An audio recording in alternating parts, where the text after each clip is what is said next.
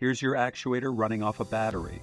You size the battery based on a rough guess, and 2 days into deployment, the system is dead.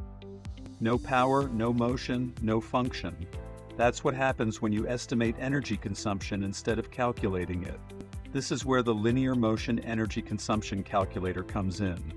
It takes 5 inputs from your actuator spec sheet, combines them with your usage pattern, and gives you precise energy numbers per cycle, per day, per week, and per month. Here's how the math works in plain terms. First, it multiplies your operating voltage by your current draw under load to get power in watts. Then it calculates how long each cycle actually takes by dividing your stroke length by your actuator speed, and doubling that because one cycle means a full extension plus a full retraction.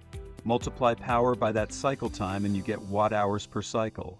Scale that by your daily cycles, operating days per week, and you've got weekly and monthly energy figures down to the kilowatt hour.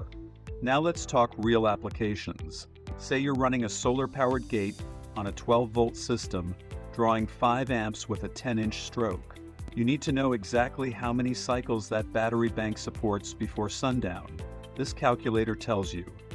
Or maybe you're designing a marine hatch on a boat where every amp hour matters and weight is critical.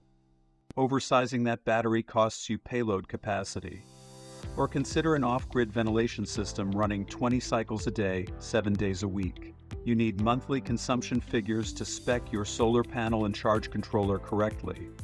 In every case, the difference between a reliable system and a failed one comes down to running these numbers before you build, not after something stops working.